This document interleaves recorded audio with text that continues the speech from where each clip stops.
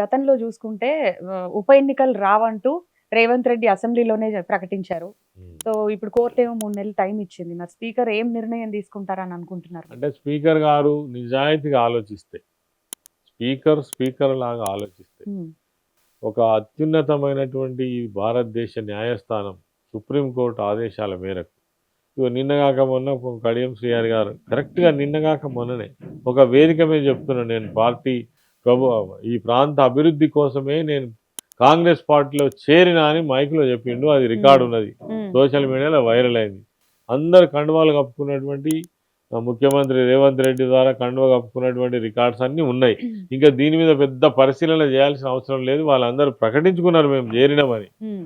తర్వాత ఎప్పుడైతే నోటీసులు వస్తాయని అనుమానం వచ్చిందో, కంప్లైంట్ అయిందో, అప్పుడు మేము బీఆర్ఎస్ పార్టీలో ఉన్నాం, మేము ఎక్కడికి పోయినామని చెప్పి హ్మ్. ఆ మాయమాటలు చెప్పే ప్రయత్నం చేశారు తప్ప, ఇది సమాజానికి, తెలంగాణ సమాజానికి తెలుసు, వాళ్ళకు తెలుసు, మాకు తెలుసు, అందరికీ తెలుసు, ఇప్పుడున్న గౌరవనీయులు స్పీకర్ గారికి కూడా తెలుసు.